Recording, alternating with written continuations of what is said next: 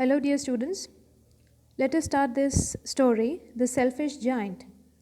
It's a very famous story by the very famous English writer Oscar Wilde. Today, I'll be giving you the outline of the story so that will help you to read the story and understand it better. So, what is the story all about? The story starts with the children playing in the garden of the giant every afternoon after coming from school. Now, do you know who a giant is? A giant is a monster, somebody who is very big, and somebody who has got special powers. Now, he had a very beautiful garden, and it was large with soft grass and fruit trees, and the trees bore rich fruits, and birds sang sweetly sitting on them. It was a lovely garden, so all the children they used to come to the garden to play after coming from school. Now, one day after 7 years, the giant came back. He was staying with his friend, the Cornish ogre. The children were scared to see him. Now, what happened? He saw the children playing and said that he would not allow anyone to play here as it was his own garden. He was very angry to see the children playing there in the garden. So he just announced to everybody that nobody is allowed to play in the garden. He built a wall around it and also put a notice board. And the notice board displayed a warning: trespassers will be prosecuted. This you can see there in the story itself, that the sign read, trespassers will be prosecuted. That is, anybody who illegally entered his property would be caught hold and would be given punishment. Now, the poor little children, they became very sad as they had no other place to play. So they would wander around the high walls of the garden and remember the beautiful garden inside them.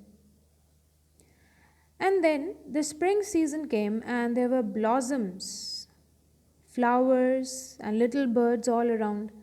But it was winter in the giant's garden and there were frost and snow. In the absence of children, birds also did not sing. Once a flower bloomed out of the grass, but after seeing the notice board, it also went back to sleep. Very beautifully, Oscar Wilde describes that because the children were not playing in the garden, even the nature became very sad. It was spring everywhere, but in the giant's garden, it was still winter.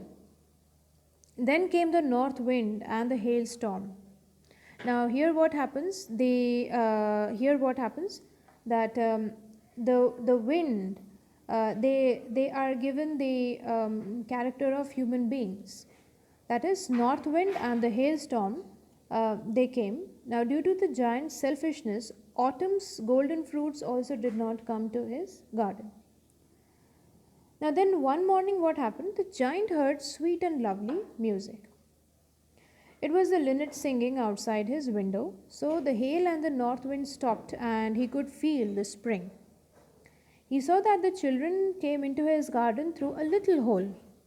The children were sitting on the branches of trees and the trees were blossoming. He also saw the birds flying and he heard them chirping. The flowers had also come up, so it was a very happy scene outside. But to his surprise, in one corner there was still winter. And he saw that there a young boy was standing and he was not able to reach the branches of trees. Now the tree lowered its branches, but still he could not climb. At this scene, what happened, his heart melted. He realized that he was really very, very selfish. He decided to put that boy on the top of the tree. He pulled down the walls and allowed children to play here forever. But when the children saw him, they ran away and the garden became winter again. However, that little boy did not run as he was weeping. So, what did the giant did? What did the giant do? The giant put him on the top of the tree, and the tree blossomed at once. So the child was quite happy to see that, and he kissed the giant.